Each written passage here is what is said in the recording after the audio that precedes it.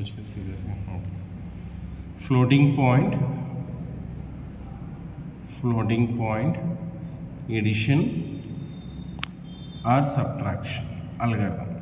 Okay, so under floating point addition or subtraction algorithm lo so main ga 4 points untai. So 4 points endante first one check for zeros. Okay, check for zeros. And second one alignment mantissa,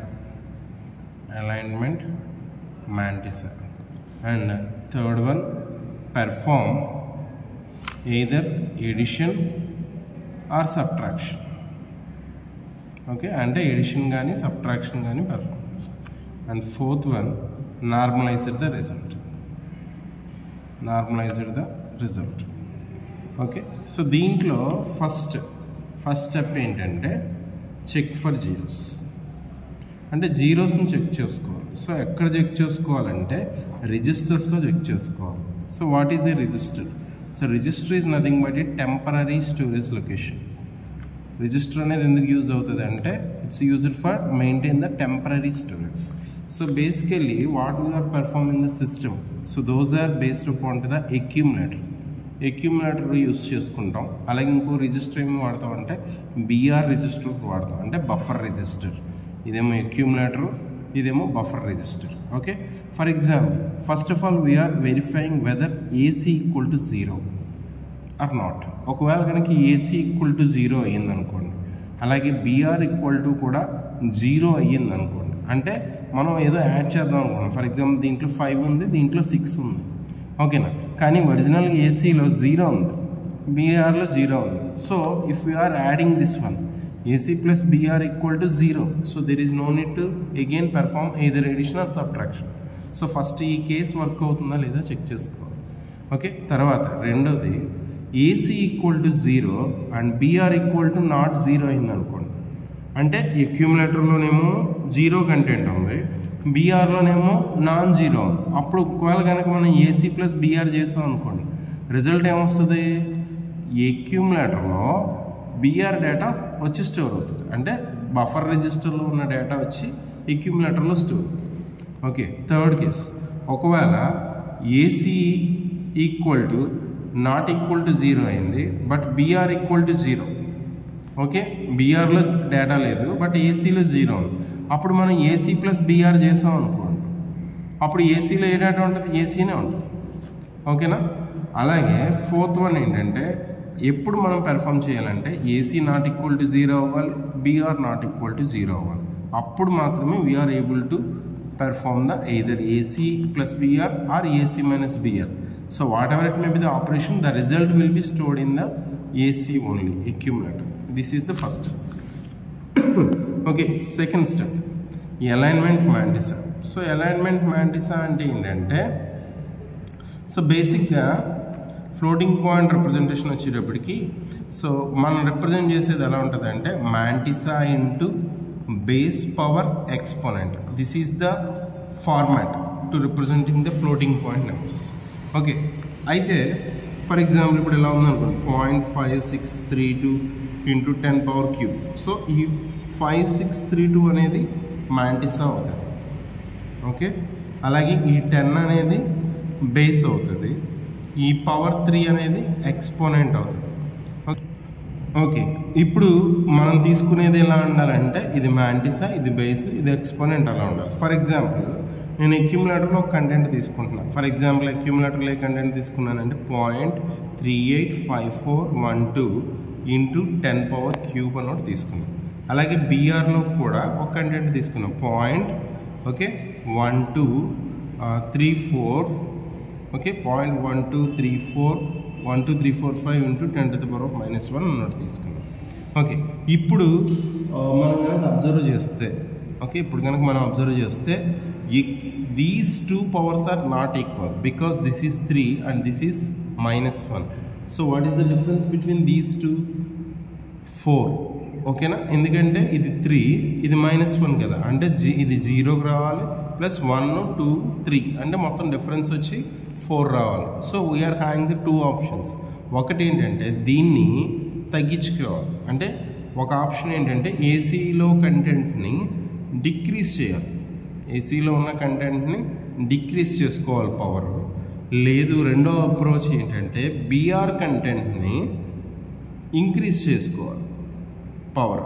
okay, ఇప్పుడు AC కంటెంట్లో ఉన్న పవర్ని decrease చేసి చూద్దాం. First option అంటే ఏంటి, ఏం చేయాలి, shift left operation perform చేయాలి. So what is the meaning of shift left? So shifting the digits to the left side, shifting the digits to the left side and adding the zeros from right side. ఓకేనా, అంటే ఏంటంటే డిజిట్స్నేమో shift left చేయాలి and left సైడ్కి shift చేయాలి, జీరోస్నేమో right side నుంచి add చేయాలి. ఓకేనా, right side. ఇప్పుడు చూద్దాం ఒకసారి. అంటే ఏంటి, ఇప్పుడు మనం చేయాల్సిందంత 4 కదా వచ్చింది డిఫరెన్స్, 0.38412 ఇంటూ 10 క్యూబ్ కదా. దీన్ని మనం ఏం చేయాలి, -1కి తీసుకురావాలి. అంటే ఇదొక డిజిట్, ఇదొక డిజిట్, ఇదొక డిజిట్, ఇదొక డిజిట్ వెళ్ళిపోతే ఇంకా మనం మిగిలింది ఏంటి, 0.12 జీరోస్ యాడ్ అవుతాయి అనుకున్నాం కదా, 0.1200 ఇంటూ 10 క్యూబ్, సారీ 10 క్యూబ్ కాదు, 10 to the power of -1. So ఇలా చేస్తే ఇది షిఫ్ట్ లెఫ్ట్ ఆపరేషన్ అంటారు. But here the problem is, so we're losing the డేటాను లూజ్ అయిపోతున్నాం. ఎందుకంటే ఇది మోస్ట్ సిగ్నిఫికెంట్ బిట్, అంటే అసలు వాల్యూ పోయి లాస్ట్లో ఉన్న వాల్యూస్ వస్తున్నాయి. సో అప్పుడు ఎగ్జాక్ట్ వాల్యూ మనకు రాదు. సో ఎందుకని ఈ అప్రోచ్ కరెక్ట్ కాదు. సో మనకి ఏ అప్రోచ్ కరెక్ట్ అంటే బీఆర్లో ఉన్న కంటెంట్ని ఇంక్రీజ్ చేయడం కరెక్ట్. బీఆర్ కంటెంట్ని ఇంక్రీజ్ చేద్దాం. సో బీఆర్లో ఉన్న కంటెంట్ ఏంటి, 0.12345 into 10 to the power of -1. So ఇప్పుడు దీన్ని మనం ఏం చేయాలి, ఇంటూ 10 క్యూబ్ చేయాలి. అంటే షిఫ్ట్ రైట్ ఆపరేషన్ వాడతాం. షిఫ్ట్ రైట్ అంటే ఏంటి, shifting the bits to the right side. Right సైడ్కి మనం షిఫ్ట్ చేయాలి, plus adding the zeros from the left side. Okay, left side నుంచి యాడ్ చేయాలి. అంటే అప్పుడు ఏమవుతుంది, మనకి ఎన్ని జీరోస్ కావాలనుకున్నాం, 4 జీరోస్ వస్తాయి.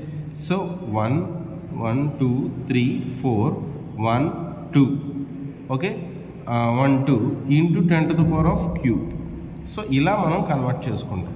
సో ఇక్కడ చూస్తే ఏమైంది, మనకి ఈ పవర్స్ ఈక్వల్గా ఉన్నాయి. ఇప్పుడు పవర్స్ ఈక్వల్గా ఉన్నాయి. సో పవర్స్ ఈక్వల్గా ఉన్నాయి కాబట్టి అలైన్మెంట్ మాంటిసా అయింది. ఓకేనా, సో అలైన్మెంట్ మాంటిసా అయింది. ఇప్పుడు దీన్ని మనం ఏం చేస్తామంటే third step, perform the additional subtraction. So perform the additional subtraction అంటే ఏంటి, సో ఇప్పుడు మనం తీసుకున్న ఏసీలో ఉన్న కంటెంట్ ఎంత, 0.385412 into 10 cube plus BR equal to 0.4012 into 10 cube. So రెండు మాంటిసాలు ఒకటే కాబట్టి మనం దీన్ని యాడ్ చేసుకోవచ్చు ఈజీగా. So 4 2 4 5 8 3 0.385424, okay, 0.385424 into 10 cube. So ఇక్కడికి మనం ఎన్ని చేసామంటే 3 స్టెప్స్ చేసాం. Okay, now we're verifying the normalised the result. So normalised the result అంటే ఏంటంటే నార్మల్గా చేయడం. So normalised the result. So normalised the result fourth step. ఓకేనా, fourth step normalized the result అంటే ఏంటంటే, సో నార్మల్ ఫామ్లోకి తీసుకురావడం అంటే ఏంటంటే, ఫర్ ఎగ్జాంపుల్ మనం తీసుకున్న కంటెంట్ ఇలా ఉందనుకున్నాం, ఏసీలో ఉన్న కంటెంట్ 0.56321 ఇంటూ 10 క్యూబ్ అనుకోండి, ఫర్ ఎగ్జాంపుల్ అనుకున్నాం. బీఆర్ ఈక్వల్ టు 0.57421 అనుకుందాం కాసేపు. ఇప్పుడు రెండింటిని యాడ్ చేసి చూడండి ఒకసారి, ఏమవుతుంది, 2 4 7 13 6 5 11 1.1. అంటే ఇక్కడ చూడండి ఒకసారి, ఇక్కడ మాంటిసాలో ఓవర్ఫ్లో వచ్చింది. సో ఇలా రాకూడదు. After performing either addition or subtraction, the value should not be like this. Okay, mantissa అలాగే ఉండాలి. సో ఇప్పుడు మనం ఏం చేయాలి అంటే, ఇది లెఫ్ట్ సైడ్కి మూవ్ అవ్వాలి. అంటే మనం ఏం చేయాలి, సో ఇప్పుడు ఏం చేయాలంటే here we need to shift the bits to the right side. ఒక బిట్ని మనం రెడ్యూస్ చేసుకోవాలి, ఓకేనా. సో రెడ్యూస్ చేసుకున్నప్పుడు ఏమవుతుందంటే ఇది ఎలా అవుతుందంటే 0.113742 ఇంటూ 10⁴, ఓకేనా. అంటే మనం చేసింది ఏంటి, షిఫ్ట్ రైట్ చేసాం. అంటే అప్పుడు మాంటిసా ఇది ఇలా ఉండాలి, ఓకేనా, ఓవర్ఫ్లో రాకూడదు. ఇదొక కేసు. రెండో కేసు ఏంటంటే ఇన్ కేస్ ఒకవేళ మనం సబ్ట్రాక్షన్ చేశాక ఒకవేళ వాల్యూ ఇలా ఉందనుకోండి 0.0123 ఇంటూ 10⁻³ ఇలా ఉందనుకోండి. సో ఇలా ఉంటే కనుక వాల్యూ, సో ఇదేమో అంటారంటే అండర్ ఫ్లో అంటారు. సో ఇది కూడా ఉండకూడదు మనకి.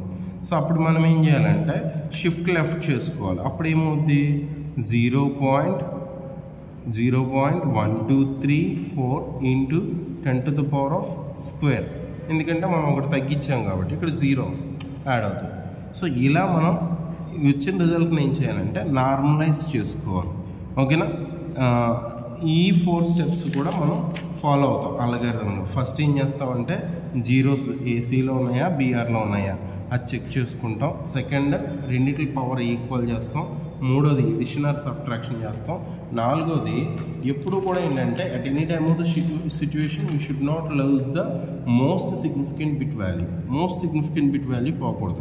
అలాగే మనం ఎడిషన్ ఆర్ సబ్ట్రాక్షన్ చేసిన తర్వాత వాల్యూ ఇక్కడ రాకూడదు. ఒకవేళ వస్తే ఇది ఓవర్ఫ్లో అవుతుంది. ఓవర్ఫ్లో వస్తే మనం ఇలా మార్చుకోవాలి. ఒకవేళ అండర్ఫ్లో వస్తే మనం ఇలా మార్చుకోవాల్సి ఉంటుంది. ఓకే, అందరికీ అర్థమైంది అనుకుంటున్నాను. Thank you.